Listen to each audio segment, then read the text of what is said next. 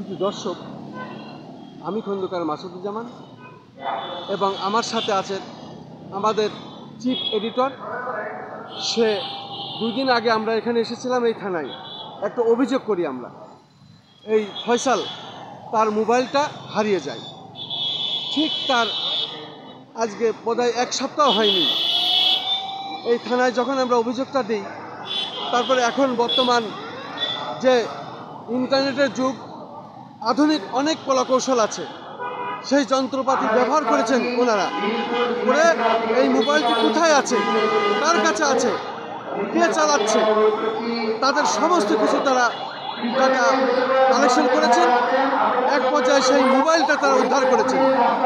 Mobile উদ্ধার করে আজকে সেই মোবাইলটি এই আমাদের অনলাইন পোর্টাল এবং ইউটিউব চ্যানেলের চিফ এডিটর ফয়সাল হোসেনকে, এই ফয়সাল সাহেবকে মোবাইলটি ফেরত দিচ্ছেন ফেরদৌস সাহেব। উনি ওনার কলাকৌশলীর মাধ্যমে মোবাইলটি ফেরত দিলেন।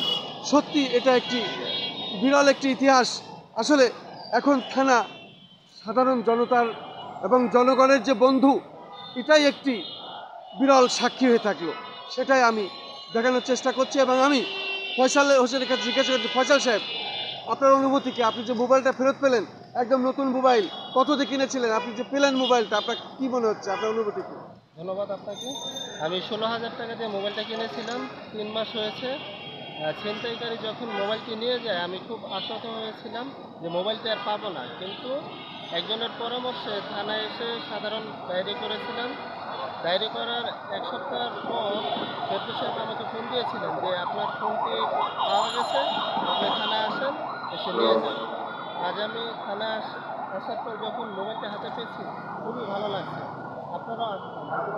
ধন্যবাদ। এবার আমি জিজ্ঞাসা করব ফেরদৌস সাহেব, আপনি মোবাইলটা 1 সপ্তাহের ভিতরে আপনি যে এটা করে ফেললেন, একটা চমক দেখালেন, এটা কি করে সম্ভব? আপনাদের কি যন্ত্রপাতি আছে, কেমনে নিলেন?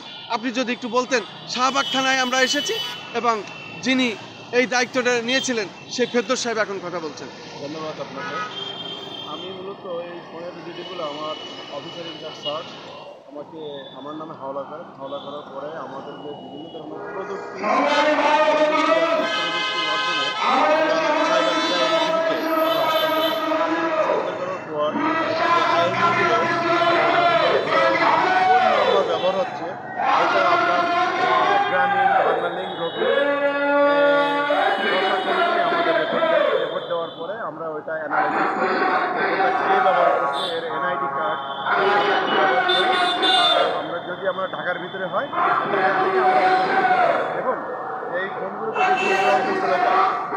থানার সাহায্যেই ফোনটা আমরা আপনাকে অনেক অনেক ধন্যবাদ।